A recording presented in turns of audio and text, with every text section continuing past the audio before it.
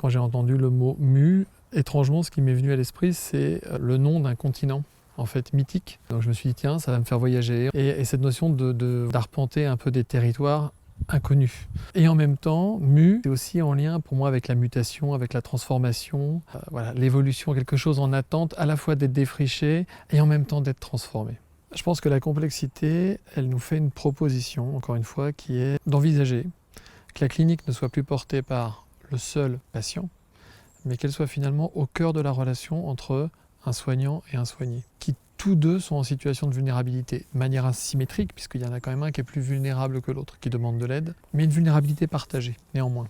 Et la médecine intégrative, c'est aussi une manière d'aller chercher un peu partout différents moyens d'aborder cette vulnérabilité, sans jamais oublier sa propre vulnérabilité. C'est ce que nous enseignent notamment certaines interventions non médicamenteuses, certaines médecines complémentaires, comme l'acupuncture ou l'ostéopathie.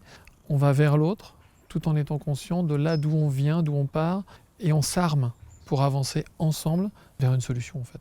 Lorsque tu m'as proposé de rejoindre cette équipe, ce groupe, je me suis dit que là il y avait un territoire absolument formidable d'expérimentation. Et je suis un chercheur qui aime bien être au cœur de son expérimentation. Et c'est ça en fait que je suis venu chercher et que j'ai découvert. C'est une expérience humaine.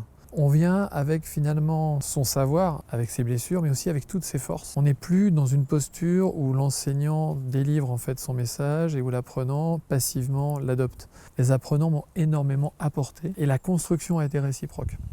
On est dans une médecine qui se cherche, qui s'exerce dans des établissements qui eux-mêmes sont pour la plupart en difficulté, sur des territoires aussi où les médecins sont de moins en moins nombreux, où les soignants aussi se questionnent beaucoup. Donc on est dans cet environnement qui est un environnement de crise. Ce qui me vient, c'est ce que j'avais appris lorsque j'ai fait mes études d'acupuncture, c'est qu'en chinois, le mot crise en fait, est composé de deux idéogrammes. Il y a un idéogramme qui est en lien avec le chaos et l'autre est en lien avec l'espoir. Et je pense que ça, c'est important. C'est-à-dire qu'on est dans le chaos, mais ce chaos peut vraiment être source de reconstruction et d'espoir. On n'est pas dans la sinistrose, au contraire, il y a une difficulté, il y a des crises, mais on est là pour construire, pour inventer, et on va y arriver, quoi. On va y arriver.